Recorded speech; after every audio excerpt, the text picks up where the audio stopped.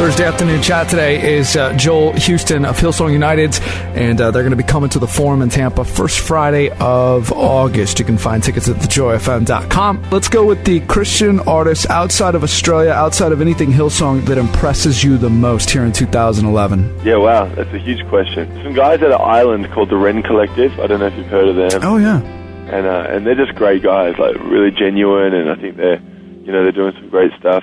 We get the chance. I mean, we don't get to do. We're at a festival at the moment, and we were at one the other night. We don't get to do that too often, and it's great because you kind of get to experience a little bit of what's going on out there. And I guess even being in Australia, even in New York, you're not exposed to a whole lot of what's happening in Christian music, which is a little bit of a shame. But at the same time, it's kind of it means that we often stumble into things a little bit late, and we're like, well, have you heard these guys? And everyone's like, yeah, right. We've been playing them on the radio for years.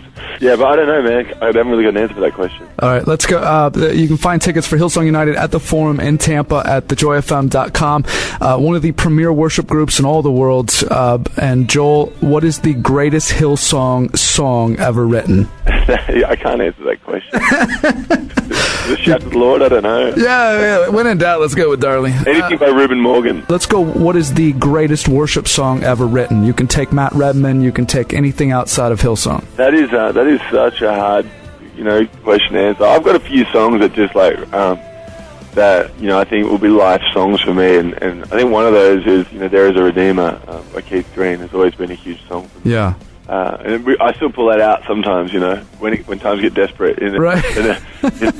If I'm really struggling, I'll pull out There Is a Redeemer and do it acoustic, and everyone just seems to kind of right up and into it. So I don't know. That'd be one. I kind of grew up, in the morning, Dad would throw on Keith Green records. It was kind of I was used to, especially on Sundays, you wake up and to hear Keith Green singing, and that was a huge part of kind of my foray into understanding music, and in particular worship. I say this on the air all the time, Joel, that I think worship music has completely rocked this Christian music format, because these songs have the ability to change the air in somebody's minivan. You know what I mean? Yeah. I mean, honestly, it's interesting you say that. I mean, when we went into this, doing, writing Aftermath, and you do things something for long enough, and you kind of know how to write a worship tune, or there's a certain formula to it, and we just wanted to kind of step away from everything we knew to do and just kind of get to the core of what are we trying to achieve here through music and song